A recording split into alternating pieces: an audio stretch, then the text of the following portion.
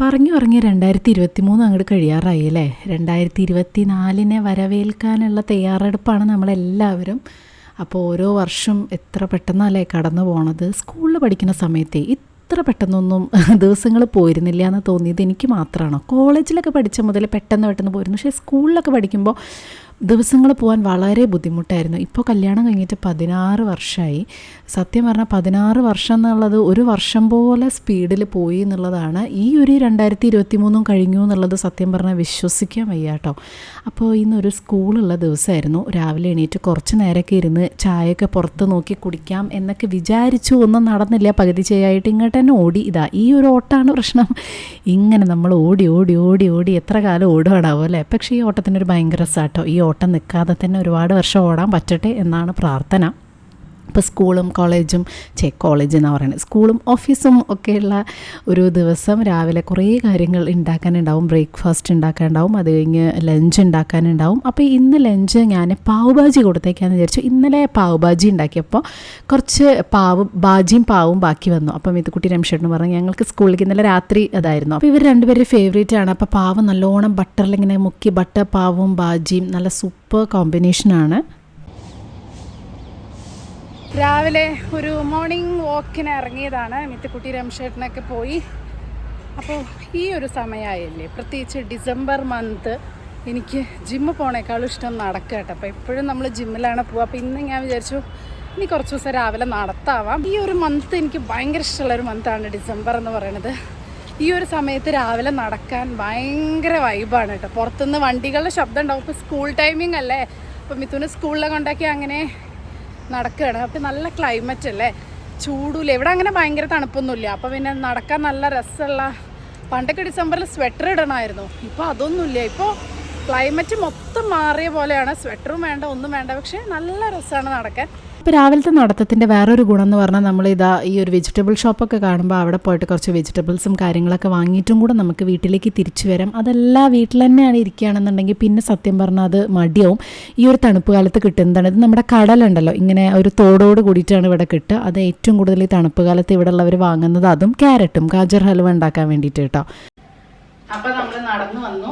ഇനി എനിക്കുള്ള ബ്രേക്ക്ഫാസ്റ്റ് കുറച്ച് ദോശമാവ് ഇരിക്കുന്നുണ്ട്. മുരിങ്ങിയ ദോശ, കുറച്ച് ചട്നി ബാക്കിയുണ്ട്. ഞാൻ ആക്ച്വലി ചില ദിവസം ഇങ്ങനെ ദോശ ഇഡ്ഡലിയൊക്കെ കഴിച്ച് മടുക്കുമ്പോഴേ ഇതാണ് കഴിക്കാറ് കേട്ടോ. നമ്മുടെ കെല്ലോഗ്സിലെ മ്യൂസ്ലി അതാണ് കഴിക്കാറ്. എനിക്ക് അത് ഹെൽത്തി ആണോ എന്ന് ചോദിച്ചാൽ എനിക്ക് അറിയില്ല, പക്ഷെ നല്ല ടേസ്റ്റാണ് ആക്ച്വലി. ഈ ദോശ ഇഡ്ഡലി ഇങ്ങനത്തെയൊക്കെ എന്നും കഴിച്ച് മടുക്കുമ്പോൾ കുറച്ച് പാലിൽ ഡെയിലി രാവിലെ കഴിച്ചാൽ ഇത് കുറച്ച് നല്ല 0 ഷുഗറാണ്, ഭയങ്കര ഹെൽത്തിയാണ് എന്നൊക്കെ പറഞ്ഞിട്ടാണ് ഇറങ്ങണത്. ടേസ്റ്റ് ഉണ്ട്, ഫുള്ളി പംകിൻ സീഡ്സും സംഭവങ്ങളൊക്കെയാണ്. പക്ഷേ ഇത് എത്രത്തോളം ഹെൽത്തിയാണ് എന്നൊന്നും ചോദിച്ചാൽ എനിക്കറിയില്ല. അതാണ് സംഭവം. അപ്പോൾ തൽക്കാലം വിചാരിച്ചു ഈ ദോശമാവ് ഇനിയിപ്പോൾ ഈ 2-3 മത്തിനായിട്ട് ദോശമാവ് ബാക്കി വന്നാൽ പിന്നെ ഞാനത് ഇനി എടുത്ത് വെച്ച് നാളെ ആകുമ്പോഴേക്കും അത് പൊളിച്ച് ഒന്നിനും കൊള്ളില്ല. ഒരു 3 ദിവസമൊക്കെ വരെയാണ് നമുക്കിവിടെ ദോശ പറ്റുള്ളൂ. അപ്പോഴേക്കും മിഥുന് മതിയാവും. അപ്പോൾ നമ്മൾ വേറെ എന്തെങ്കിലും ഉണ്ടാക്കണം.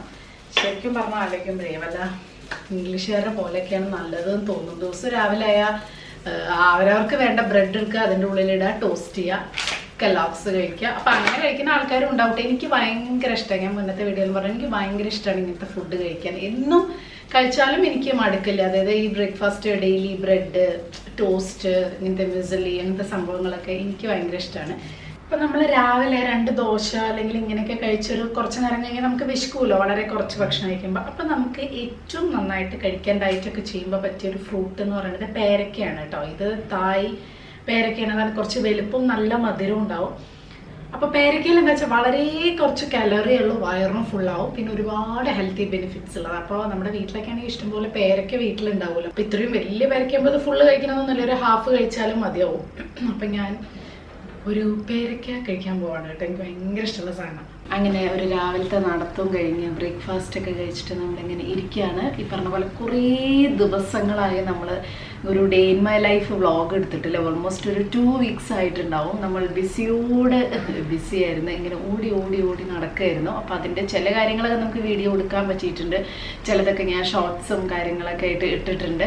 അപ്പോൾ ഇനി ഇവിടുന്ന് അങ്ങോട്ട് ഒരു ഡിസംബർ 28 വരെ ഇത് തന്നെയാണ്. അത് കഴിഞ്ഞാൽ ജാനുവരിയിലും അതെ ഈ ഓട്ടം തന്നെയാണ്. അപ്പോൾ ഈ ഓട്ടത്തിൻ്റെ ഇടയ്ക്ക് നമുക്ക് എന്താ പറയുക, നമ്മുടെ സ്കിൻ കെയറിനും കാര്യങ്ങൾക്കും ഒന്നും സത്യം പറഞ്ഞാൽ സമയമില്ല. അതേപോലെ തന്നെ അന്ന് ആ പഞ്ചവടി പോയി ആ വെയിൽ കൊണ്ട മുതലുള്ള ടാനും കാര്യങ്ങളൊക്കെ ഇപ്പോഴും ഇരിക്കുന്നുണ്ട്. അതൊന്ന് പോയി പാർലറിൽ പോയിട്ടൊന്ന് ചെയ്യാനുള്ള സമയം, അല്ലെങ്കിൽ വേഗം പോയി ഒരു ദിവസം ത്രെഡ് ചെയ്ത് വന്നു. ഒരു ഡാൻസിൻ്റെ ഇതുള്ളതുകൊണ്ട് തലേ ദിവസം പോയിട്ട് വേറെ ഒന്നിനും സമയം കിട്ടിയില്ല കേട്ടോ. അപ്പം അങ്ങനെ എന്നെ പോലെ ഓടി ഓടി നടന്ന് പ്രത്യേകിച്ച് അങ്ങനെ പാർലറിൽ പോകാൻ പോലും സമയമില്ല എന്നുണ്ടെങ്കിൽ ഞാൻ ഇപ്പം ചെയ്യണത് എന്താ വെച്ചാൽ ഒരു ഫേഷ്യൽ ചെയ്യാമെന്ന് വിചാരിച്ചു. അപ്പം ഞാനിവിടെ ചെയ്യണത് ടാക്കിൻ്റെ 5% കുങ്കുമാതി ഗോൾഡ് ഗ്ലോ ഫേഷ്യൽ കിറ്റാണ് കേട്ടോ.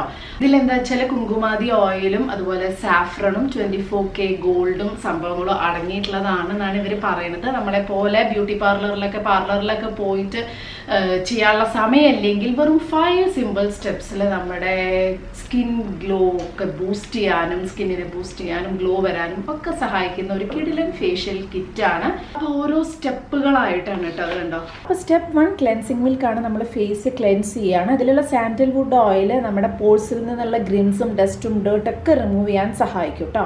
ക്ലെൻസിങ് ചെയ്തിട്ട് നന്നായിട്ട് മുഖം കഴുകി ഇനി നമ്മളടുത്ത് യൂസ് ചെയ്യുന്നത് കുങ്കുമാതി ഗോൾഡ് ഗ്ലോ ഫേസ് സ്ക്രബാണ്. ഇതിലുള്ള നാച്ചുറൽ ഹെർബ് ആയിട്ടുള്ള മഞ്ചിഷ്ട നമ്മുടെ ബ്ലാക്ക് ഹെഡ്സും അതേപോലെ തന്നെ നമ്മുടെ സ്കിന്നിലുള്ള ബാക്കി പല ഇംപ്യൂരിറ്റീസ് ഒക്കെ റിമൂവ് ചെയ്യാനായിട്ട് സഹായിക്കും. പിന്നെ സ്റ്റെപ്പ് 3 എന്ന് പറയുന്നത് നമ്മൾ ഫേസ് ഓയിലാണ്. ഇതിലുള്ള സാഫ്രൺ ആന്റി ഓക്സിഡന്റ് പ്രോപ്പർട്ടീസ് ഉണ്ട്. അത് നമ്മുടെ ഫ്രീ റാഡിക്കൽസിനെ ഫൈറ്റ് ചെയ്യാൻ വേണ്ടിയിട്ട് സഹായിക്കും. അതേപോലെ തന്നെ നല്ലൊരു ഗ്ലോവും റേഡിയൻസ് ഒക്കെ നമുക്ക് പ്രൊവൈഡ് ചെയ്യും. പിന്നെ 4th സ്റ്റെപ്പ് എന്ന് പറയുന്നത് ഫേസ് മാസ്ക് ആണ്. ഇതിൽ 24K ഗോൾഡ് ഡസ്റ്റ് ഉണ്ട്. അതിൽ ആന്റി ഇൻഫ്ലമേറ്ററി പ്രോപ്പർട്ടീസ് ഉള്ളതുകൊണ്ട് തന്നെ ഡാമേജ് ആയിട്ടുള്ള സ്കിൻ സെൽസിനെ റിപ്പയർ ചെയ്യാൻ സഹായിക്കും. അതേപോലെ തന്നെ നമ്മുടെ സ്കിൻ ടെക്സ്ചർ ഇംപ്രൂവ് ചെയ്യാനും നമ്മുടെ ബ്ലെമിഷസ് ഒക്കെ റെഡ്യൂസ് ചെയ്യാനും സഹായിക്കും.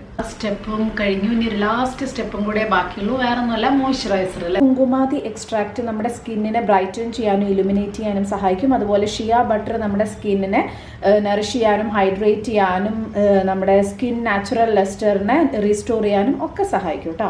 ഫേഷ്യൽ കഴിഞ്ഞു, നമ്മുടെ ഒരു സെൽഫ് കെയർ റുട്ടീൻ കഴിഞ്ഞു. അപ്പൊ ലിങ്കും കാര്യങ്ങളൊക്കെ ഞാൻ ഡിസ്ക്രിപ്ഷനിൽ കൊടുക്കാം. ഇനിയിപ്പോൾ സമയം കുറച്ചായിട്ടോ. ഇനിയിപ്പോൾ നേരെ നമുക്ക് ലഞ്ച് ഉണ്ടാക്കണം. ഇനി സ്പെഷ്യലായിട്ട് മീനും കാര്യങ്ങളൊക്കെ ഓർഡർ ചെയ്തിട്ടുണ്ടായിരുന്നു ഞാൻ ഫ്രഷ് റൂമിൽ. അപ്പം അത് വന്നിട്ടുണ്ട്. അപ്പം അതൊക്കെ വെച്ചിട്ട് നല്ല അടിപൊളി ഫുഡും കാര്യങ്ങളൊക്കെ ഉണ്ടാക്കാം. ഇന്ന് നമുക്ക് നല്ല അടിപൊളി മത്തി കിട്ടിയിട്ടുണ്ട് കേട്ടോ. നല്ല കുഞ്ഞ മത്തി എന്നൊക്കെ വേണമെങ്കിൽ പറയാം. അത്ര ചെറിയ മത്തി കിട്ടിയിട്ടുണ്ട്, നാടൻ മത്തി. അപ്പം ഇന്ന് അത് വെച്ചിട്ട് നല്ല തേങ്ങ അരച്ചൊരു കൂട്ടാനും അതുപോലെ തന്നെ ഫിഷ് ഫ്രൈ, മത്തി ഫ്രൈയും ഉണ്ടാക്കാമെന്ന് വിചാരിച്ചു. ശരിക്കും പറഞ്ഞു ഇവിടെ പണി നടക്കുന്നുണ്ട് കേട്ടോ. സത്യം പറഞ്ഞ ഒരു കൊല്ലായി ബിൽഡിങ്ങിൽ പണി തീരാത്ത വീട് എന്ന് പറഞ്ഞാൽ പണി തീരാത്ത ബിൽഡിംഗ് ആണെന്ന് വേണമെങ്കിൽ പറയാം. ഇപ്പോൾ പുറത്തത്തെ ടൈൽസ് മാറ്റലും കാര്യങ്ങളൊക്കെയാണ്. അപ്പം അതിൻ്റെ ഭയങ്കരമായിട്ടുള്ള ശബ്ദവും കാര്യങ്ങളും ആയതുകൊണ്ട് അധികം എനിക്ക് വോയിസ് ഓവർ കുറേ ദിവസമായി അത് തുടങ്ങിയിട്ട്. അപ്പം അതുകൊണ്ട് വോയിസ് ഓവർ കൊടുക്കണം, അല്ലെങ്കിൽ രാത്രി ഷൂട്ട് ചെയ്യണം. അപ്പം അങ്ങനെ ഒരു തരത്തിൽ പോവാണ്. അപ്പം ഇന്നിപ്പോൾ കുറേ ദിവസത്തിന് ശേഷം നല്ലൊരു മീൻ കറിയും ഒക്കെ വെച്ചിട്ട് നല്ലൊരു ഭക്ഷണം കഴിക്കാൻ കുത്തിയാവുന്നു എന്ന് പറഞ്ഞ പോലെ ചോറ് റെഡിയായി. മീൻ കൂട്ട ഒരു ഡേ ഇൻ മൈ ലൈഫൊക്കെ ഇത്ര കാലമായില്ലേ നല്ല കുക്കിംഗ് വ്ളോഗും കാര്യങ്ങളൊക്കെ എടുത്തപ്പോൾ ഞാൻ കുറെ 1-2 കമന്റ് വന്നിരുന്നു കുക്കിംഗ് വ്ളോഗും അങ്ങനത്തെ ഡേ ഇൻ മൈ ലൈഫ് കാണാനാണ് ഇഷ്ടം എന്നൊക്കെ പറഞ്ഞിട്ട്. അപ്പോൾ മീൻ ഓൾറെഡി നന്നായിട്ട് ക്ലീൻ ചെയ്തിട്ടായിരിക്കും കിട്ടുക. പക്ഷേ എന്നാലും നമ്മൾ നമ്മുടെ സമാധാനത്തിന് കുറച്ചും കൂടെ നന്നായിട്ടൊന്ന് ക്ലീൻ ചെയ്യും. അത് കഴിഞ്ഞൊന്ന് വരിഞ്ഞ് വെക്കുമല്ലോ. അപ്പോൾ ഞാൻ 2 സെക്ഷൻ ആക്കിയിട്ടാണ് വെക്കുന്നത്. ആദ്യം കുറച്ച് വറുക്കാനുള്ളതും വെക്കാനുള്ളതും. അപ്പോൾ വറുക്കാനുള്ളത് മസാലയൊക്കെ പുരട്ടി വെച്ചാലേ ഞാൻ കത്തി വെച്ചിട്ടാണ് ഇവിടെ സ്പൂൺ എടുക്കാനുള്ള മടിക്ക് കത്തി വെച്ചിട്ട്, പ്രത്യേകിച്ച് അങ്ങനെ അളവൊന്നുമില്ല, ഒരു കൈ അളവ് എന്ന് പറഞ്ഞ പോലെ അങ്ങനെ വെച്ചിട്ട് ഇടുകയാണ് കേട്ടോ. അപ്പോൾ കുറച്ച് എടുത്തിട്ട് നമ്മൾ വറക്കാൻ വെക്കുക. അത് കഴിഞ്ഞിട്ട് ബാക്കിയുള്ളതൊക്കെ ചെയ്യുമ്പോൾ എന്താ വെച്ചാൽ ഒരു അരമണിക്കൂറെങ്കിലും ഒന്ന് മീൻ ഇരുന്നാലാണ് അതൊന്ന് വറുത്ത് കഴിയുമ്പോൾ ടേസ്റ്റ് ഉണ്ടാവുള്ളൂ. പിന്നെ പ്രത്യേകിച്ച് ഇങ്ങനത്തെ ചെറിയ ഐറ്റംസ് ഒക്കെ ആകുമ്പോൾ വറുക്കാനൊന്നും വേണ്ട, വെറും മുളക് പൊടിയും മഞ്ഞപ്പൊടിയും ആ ഒരു ഉപ്പും കറിവേപ്പിലയും കുരുമുളക് പൊടിയും മാത്രം മതി. കൂടുതൽ ഐറ്റംസ് ഇട്ടിട്ട് വറുക്കേണ്ട ആവശ്യമില്ല. അപ്പോൾ ഞാൻ ഈ പ്രാവശ്യം ഇവിടെ വെക്കുന്നത് തേങ്ങ അരച്ചിട്ടാണ്. കാരണം കുറച്ച് മീനേ എടുക്കുന്നുള്ളൂ. ഇവിടെ ആർക്കും മീൻ കൂട്ടാൻ്റെ വെള്ളം ഇഷ്ടമുള്ളൂ, മീൻ വലിയ ഇഷ്ടമില്ല. അപ്പോൾ അതുകൊണ്ട് ഞാൻ എപ്പോഴും ഇങ്ങനെ ഉണ്ടാക്കുക. അപ്പോൾ ഇങ്ങനെ ഉണ്ടാക്കുമ്പോൾ എനിക്ക് ആക്ച്വലി ഇഷ്ടം മീൻ മുളക് ഇട്ടതല്ല, ഉള്ളി മുളക് അരച്ചതും മുളകിട്ടതും രണ്ടും ഇഷ്ടം. പക്ഷേ ഈ തേങ്ങ അരച്ചത് എന്താണെന്ന് വെച്ചാൽ കുറച്ചധികം ക്വാണ്ടിറ്റി ഉണ്ടാവും, കുറച്ച് മീനേ ഉള്ളൂ വെച്ചാലും. ഇത് കുടംപുളി ഇട്ടിട്ട് വെക്കാം. നമ്മുടെ അവിടെ സാമ്പാർ പുളി ഇട്ടിട്ട് വെക്കുക. പക്ഷേ എനിക്ക് കുടംപുളി ഇട്ട് വെക്കുമ്പോഴാണ് കുറച്ചും കൂടി ടേസ്റ്റ് തോന്നിയിട്ടുള്ളത്. അപ്പോൾ ഇന്ന് അങ്ങനെയാണ്. വളരെ ഈസിയാണ് ഈ ഒരു മെത്തേഡ്. വെറുതെ പച്ചത്തേങ്ങ അരച്ച് വെച്ചിരിക്കുകയാണ്. അതിൻ്റെ കൂടെ അത് ആ ഫിഷ് ഇങ്ങനെ നല്ല കുഞ്ഞു മത്തി പോലെ അല്ലേ, നല്ല അടിപൊളിയായിട്ട്. അപ്പോൾ അത് ഫിഷ് ഫ്രൈ ചെയ്യാനും കൂടെ വെച്ചു. എളുപ്പപ്പണിയാണ്. അപ്പോൾ നമ്മുടെ ഫിഷ് കറി ഇവിടെ റെഡിയായി. നല്ല മണം വരുന്നുണ്ട്. ഫിഷ് ഫ്രൈ ഇതാ റെഡി ആയിക്കൊണ്ടിരിക്കുന്നു. ഇപ്പോൾ അവിടെ ലഞ്ച് ബ്രേക്കാന്ന് തോന്നുന്നുണ്ട്. ചെറിയൊരു സമാധാനം ഉണ്ട്. അതുകൊണ്ടാണ് ഞാൻ വോയിസ് ഓവർ കൊടുക്കാമെന്ന് വിചാരിച്ചിട്ട് കുറച്ച് കഴിഞ്ഞപ്പോൾ സംസാരിക്കുന്നത്. ഇനി അവിടെ പണി തുടങ്ങിയാൽ പിന്നെ വോയിസ് ഓവർ ആയിരിക്കും കൊടുക്കേണ്ടത്. കാരണം ഭയങ്കര ബഹളം. അപ്പോൾ ഒരു ലഞ്ച് ബ്രേക്കിൻ്റെ ടൈമാണെന്ന് തോന്നുന്നു എനിക്ക്. അപ്പോൾ ഇങ്ങനെ തേങ്ങ അരച്ചിങ്ങനെ മുന്നേ കുറേ പ്രാവശ്യം കാണിച്ചിട്ടുണ്ട്. അപ്പോൾ ഇതിൽ ചെറിയ ഉള്ളി വറുത്തിട്ടാൽ നല്ല ടേസ്റ്റാണ്. ചെറിയ ഉള്ളി ഇല്ല, വലിയ ഉള്ളി എനിക്ക് എത്രയില്ല വറുത്തൊന്നും വലിയ ഇഷ്ടമല്ല. അപ്പോൾ ഞാനിതിൽ ജസ്റ്റ് കറിവേപ്പില ഇട്ടിട്ട് ഒന്ന് വെളിച്ചെണ്ണ ഒഴിച്ചിട്ട് അത്രയേ ഉള്ളൂ കേട്ടോ. വേറെ ഒന്നും ചെയ്യുന്നില്ല, കാരണം നമ്മൾ വെളിച്ചെണ്ണ ഒന്നും ഒഴിക്കാതല്ലേ ചെയ്തത്.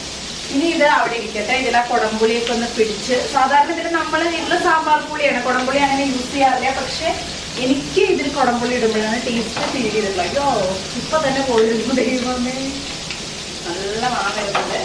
മെയിനായിട്ട് ഫിഷ് ഫ്രൈ, നാട്ടിലൊരു മണം.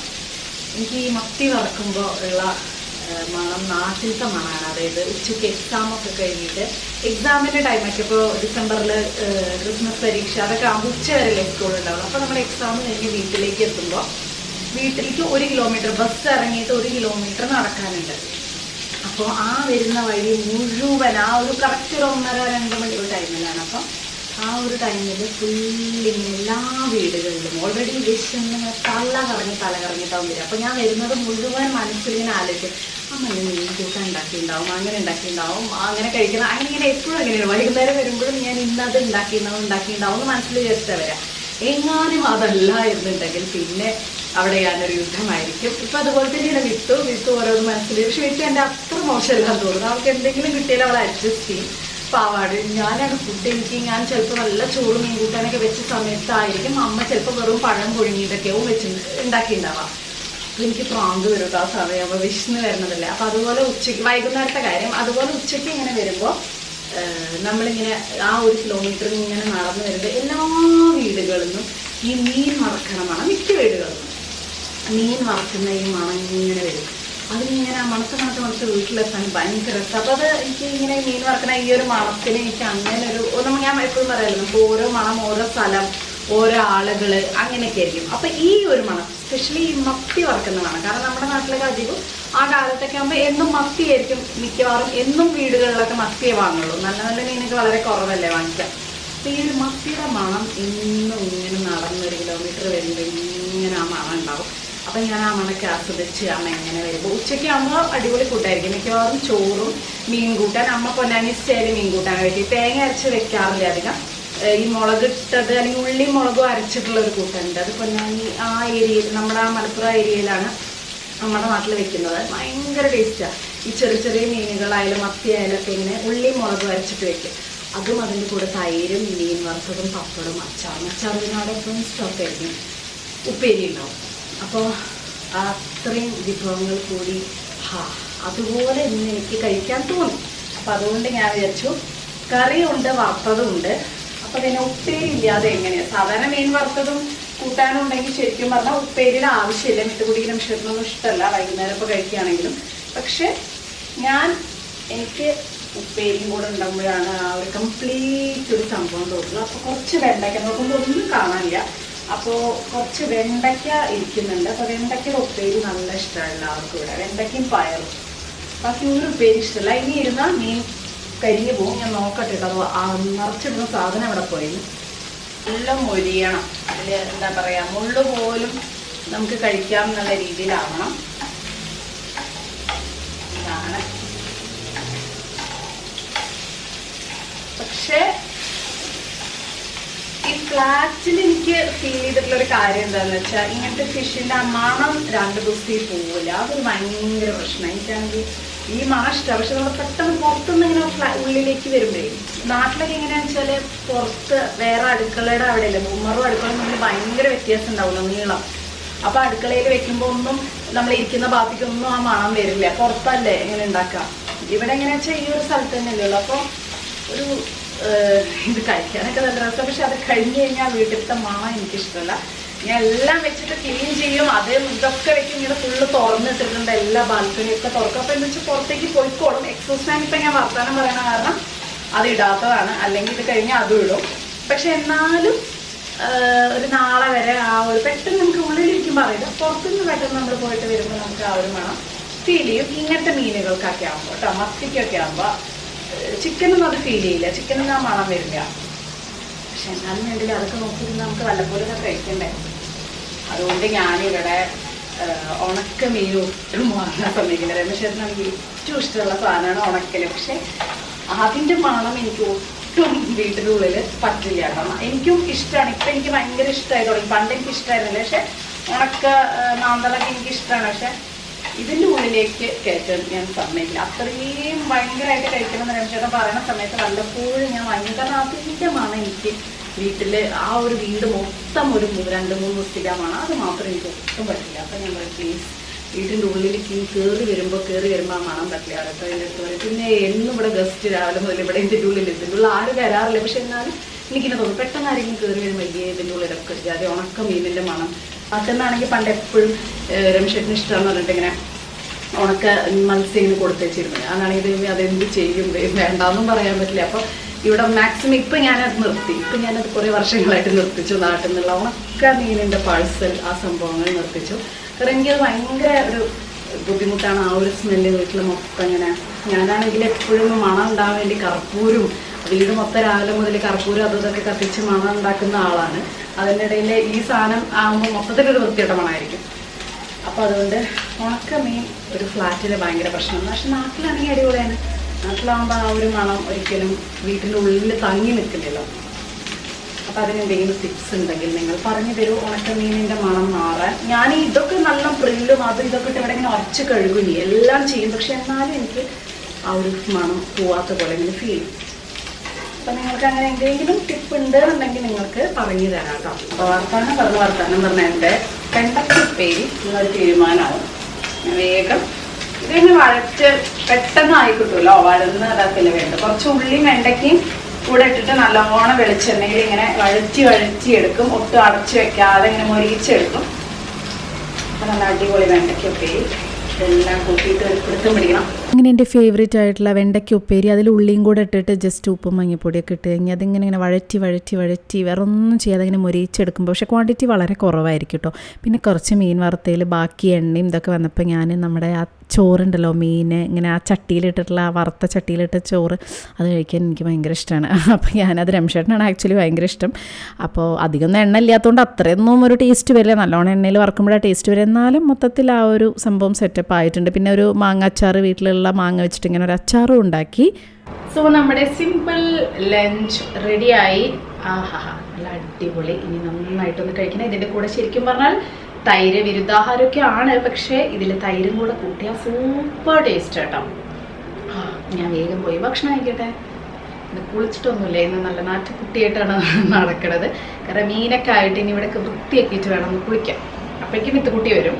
അങ്ങനെ വീഡിയോ ഒക്കെ കാണിച്ചിട്ട് ഞാൻ കഴിക്കാൻ കൊണ്ടുപോകുമ്പോഴാണ് ഒരു കാര്യം മറന്നു, മത്തി വറുത്തത് എടുത്ത് വെക്കാൻ മറന്നു. അപ്പം ഞാനതെടുക്കാം. ഇങ്ങനെ എനിക്ക് എപ്പോഴും പറ്റണം കേട്ടോ. നിങ്ങൾക്ക് പറ്റാറുണ്ട് എന്തെങ്കിലും ഉണ്ടാക്കിയ സാധനം മറന്നു പോകും എടുക്കാൻ. ഇപ്പോൾ രാത്രിയായിട്ടോ, രാത്രി എന്ന് പറഞ്ഞാൽ ഒരു സന്ധ്യ എന്ന് വേണമെങ്കിൽ പറയാം. പക്ഷേ ഇരുട്ടായി, പെട്ടെന്ന് ഇരുട്ടാവുമല്ലോ. അപ്പോൾ മിത്തുക്കുട്ടീനെ ഞാൻ ആർട്ട് ക്ലാസ്സിനെ കൊണ്ടാക്കി വന്നു. രമേശേട്ടൻ എത്തിയിട്ടില്ല, ഇന്ന് ലേറ്റ് ആവും എന്നാണ് പറഞ്ഞത്.